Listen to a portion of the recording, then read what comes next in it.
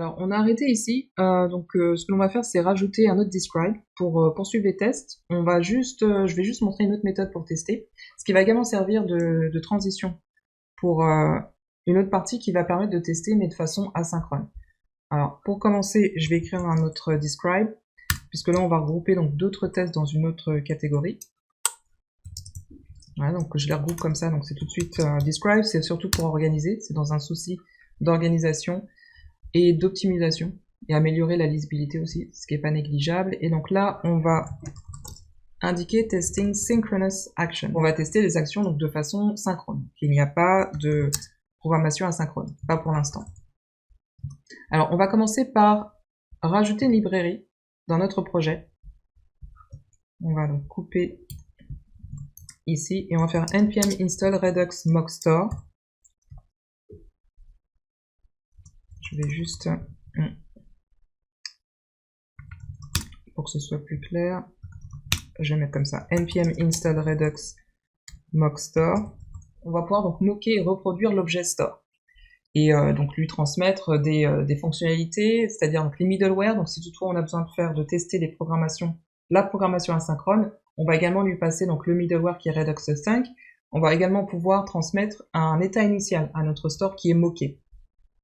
Donc une fois que c'est fait, donc on va rajouter, donc importer celui-ci, voilà, donc le rajouter dans la portée de notre fichier. Ici, donc ça va être import configure store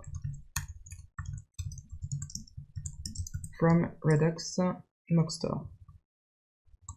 Voilà, donc ça c'est fait. On retourne ici dans notre nouveau describe.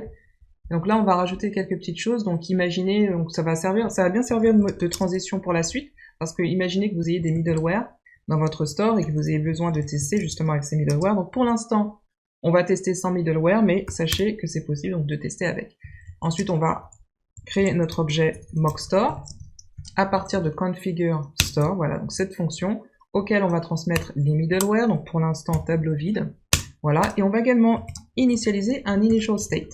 Alors là c'est très simple, on va tout simplement copier l'initial state que l'on a donc comme implémenté dans notre application, donc on va le trouver dans le reducer ici, donc je vais aller me trouver dans le reducer contacts à ce niveau-là, donc dans cette partie du programme, et je vais copier cet initial state. Une fois que c'est fait, que c'est copié, on retourne ici, voilà, où j'ai indiqué initial state, et je le rajoute. Je vais avoir besoin de cette initial state pour configurer mon store, voilà, et je vais pouvoir donc créer mon store avec cette initial state.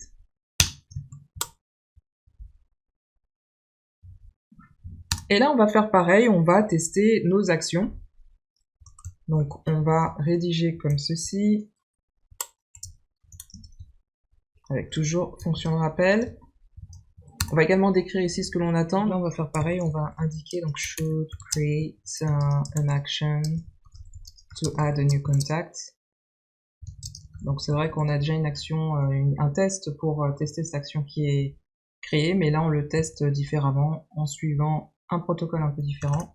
On va faire pareil, donc ça va être given then when.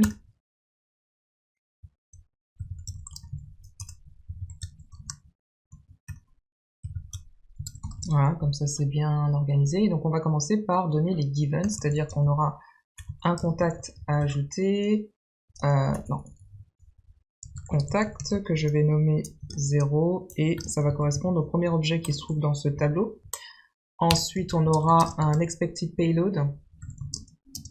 Et donc là, la particularité, c'est que le mockstore, il va retourner un tableau. Donc ne pas confondre avec ce qu'on avait auparavant, c'est-à-dire que l'on testait en fait si l'expected action était donc c'était un objet sous format objet, sous forme d'objet. Donc on vérifiait l'objet en comparaison au résultat obtenu.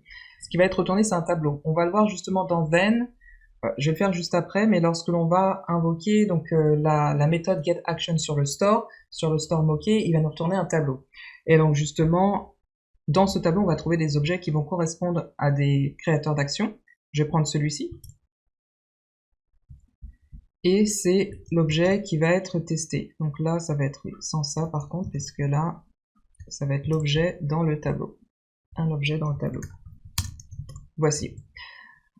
Voilà, donc pour celui-ci, ensuite, dans when, alors j'ai inversé les deux, c'est when, et c'est then.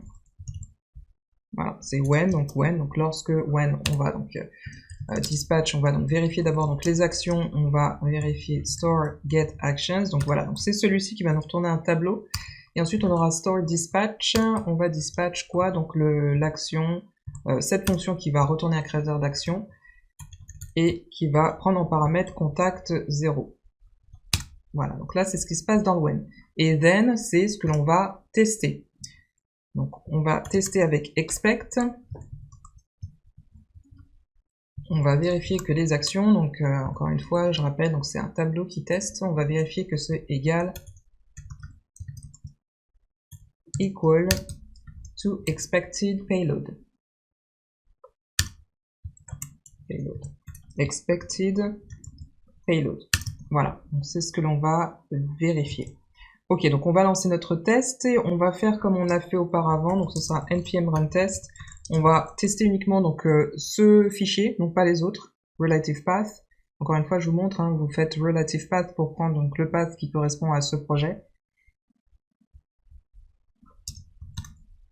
Voilà. Alors, on regarde si ça passe, parfait. Donc là, on peut voir que on a nos tests qui sont regroupés donc par avec les describe, donc ils sont nestés, imbriqués, donc dans chaque describe.